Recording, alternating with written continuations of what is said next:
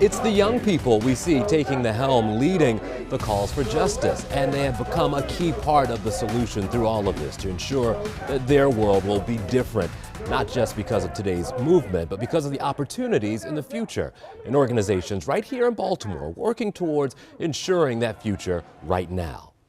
About a month ago, we made you a promise to keep the conversation going as part of the movement to unite Baltimore, to learn from one another, and to help create a region that reflects all of us in terms of equity, justice, and identity. Today, we keep that promise and continue that discussion with some new faces this time. We want to welcome to our conversation something that binds three people together. It's the B360 organization. They move people from dirt bikes, which are popular in Baltimore, and on to career opportunities. Brittany Young leads that group.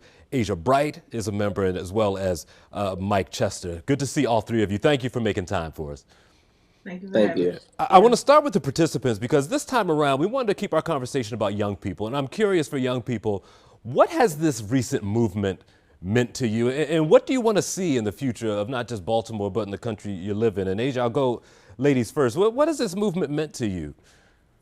It's meant a lot. I am happy that people are finally paying attention. Um, I'm also sad that the events that led up to this is the reason why people are paying attention. So it's important to me. I know that good work is being done, and that's all that really matters. Mike, how about you? Well, for me, I mean, it's just a lot going on. I just see it as an opportunity for people to be heard, to be seen, express their feelings, just to understand where other peoples are coming from. So it's just like, that's their way of expressing themselves and explaining how they feel and their thoughts and feelings come out. Sure. Brittany, I wanted you guys to come through because I think that your organization is what not just Baltimore needs, but I think it's what the country needs to see. I think it is proof of what investment in young people can look like. Not just in the beginning part of the investment, but the return on the investment in the end. So just describe B360 and what you're attempting to do as the founder. Thank you. I appreciate that a lot.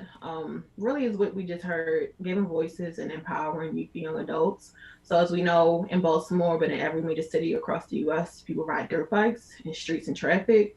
But the only way cities have solved the issue so far has been through incarceration and or dirt bike police task force. Specifically in Baltimore, it's a misdemeanor for possession of a dirt bike. And so we want to do is have the same outcomes, again, less people in traffic, but our way is through programming. So we work with youth and young adults. If you're under 16, you're in programming. If you're over 16, we hire you. So that means you get all the same skill sets of learning how to build, code, design, and 3D print and repair model size dirt bikes. But then if you're over 16 too, you get to create events, ride safely, and work with cities and governments to create safe spaces, build better practices, and of course, we want to do events just like X Games and everybody else to keep growing that voice.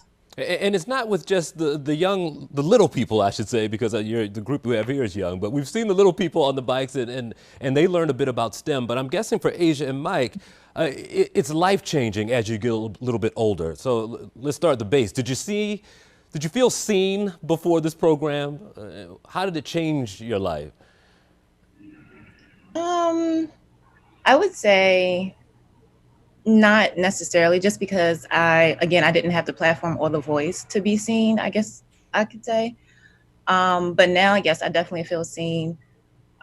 Just joining this organization alone, I've learned so much about like equity, disparities in STEM and in like the dirt bike motocross field. Mike, you've been on the dirt bikes. I think we were talking before we started recording that you know guys, and maybe even you in traffic in the streets before. How do you hope that this program changes that, and how can it change a dirt bike rider's life? All right. So for me, um, like I don't feel like I was seen before, but now like I work with many companies that took me somewhere that I thought I would never be. So it's just like the connection that I get with the kids and the way they look up to you and they want to talk to you, ride, do stuff, hang out with you. It's just like man, it's just a bond that you just feel like, and it's just so attached. Like you feel like they're your brothers or your sons or something like that. Like it's just something that everybody need to, be a part of. It's a part of a change. It's something different. Your smile says it all, but also so is Brittany's. I don't know if you could see her smile on every word. She was hanging on every word, man. I think Brittany, this was your goal. Like this is the prototype, I guess. Yeah. Yeah.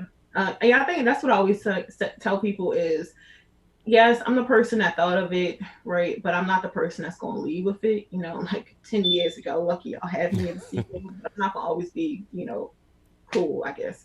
But knowing that it's Mike and people like Asia who already have that mindset, who I can pass it on to, who are ready to take the reins and who represent the best of B360, right? That was very uncoached, unscripted, and that's what the whole principle is yes, Mike used to ride dirt bikes in traffic. But that was an asset, not a deficit. And in order to have a program like B360, the only way to move forward was by getting dirt bike riders to join the programming. And then two, with Asia, like I know we talk about this a lot, but being a Black woman in business, a Black woman in tech, a Black woman in industry can be hard. And a lot of times we don't work in the community. You know, Black women, we can get the end of the stick. So I appreciate being able to uplift another Black woman to one day take over the reins as well from an admin side and more. You took a risk here, I think, in starting this organization. And I bet coming out of the movement that's happening right now, there are a lot of people who have grand ideas. A lot of people are looking for what can I do to maybe change the result for a young kid. And tell me about making the leap, because I think that's what stops people. I got a great idea. I think I can help my community. Oh, I can't do that. So what was different for you? I mean, I really didn't have a choice, right? I'm a solutionist. It's either people gonna always talk about the problem or you're gonna focus on how to build a solution. And for me, talking about the problem is what we constantly have done over and over and over and over again, specifically around dirt bikes, and specifically around like how STEM education is supposed to look and how we can build this. So in 2016, this was an idea. And what I did in 2016 was intentionally listen. So that means I went to my students, so people that were in 5th grade, and asked them what they like to do. Of course, it was dirt bikes, and that was my check mark. And I asked them what they want to be a part of B360. I went next to dirt bike riders, you know, and in that group was people like Mike, who looked at me and was like, "This lady is crazy. This is not going to work. It's not dirt bikes, and the police don't listen to us, and you know, vice versa." And somehow, you know, he believed in me. He came around. Yeah. And then the next step was connecting with my councilman and then the police commissioner. And the police commissioner connected us with the police officers. And then we launched a community forum. You know, so all of that behind the scenes stuff is what I don't really get to talk about a lot, but it was intentionally listening to both sides of the issues, problems.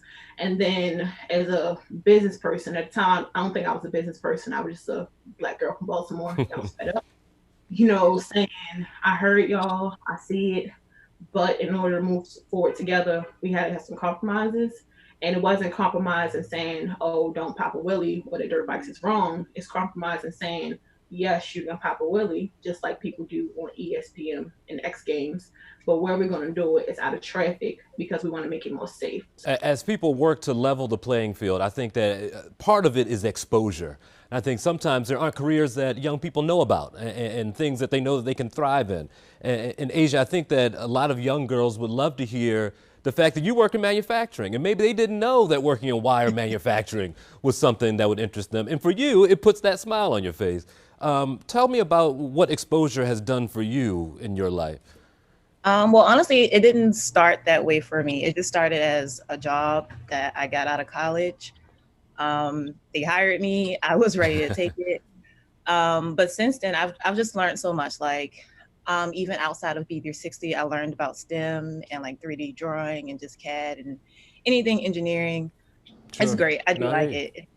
More women should get into it, actually. Mike, I want to give you the last word because what I'm curious about, I know as a young kid, for me growing up in Baltimore, young Black kid, seeing a Black man doing things gave me a good model. And you were talking about the young kids that you work with.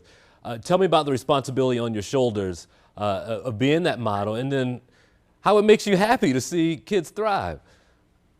Well, like just growing up in Baltimore, it's just like, you know, you coming from somewhere, like you want to be seen, you want to be heard. But like connecting with the kids now, it's just like, I feel like I've been so close to them all my life. Like I've been there, but it's just like the connection that they give me and I give them.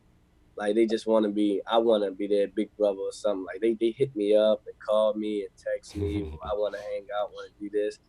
So it's just like the feeling knowing that someone else is looking up to you. You know, you got to do everything the right way and just understand and like where you coming from and also where they coming from, so that you know you can intersect y'all two lanes just to have them at a positive platform. You know, to build them a career and find out what they actually want to do in life. You know, and show them the way.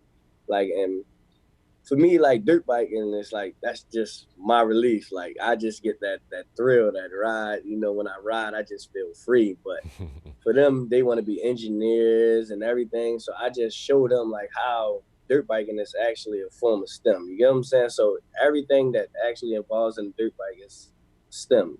It's actually something to do with science, technology, engineering, and mathematics. Well, for the three of you, I appreciate all the work you're doing. Mike, Asia, Brittany, so good to see you. I wish you so much good things in the future. Thank you for making the time for us.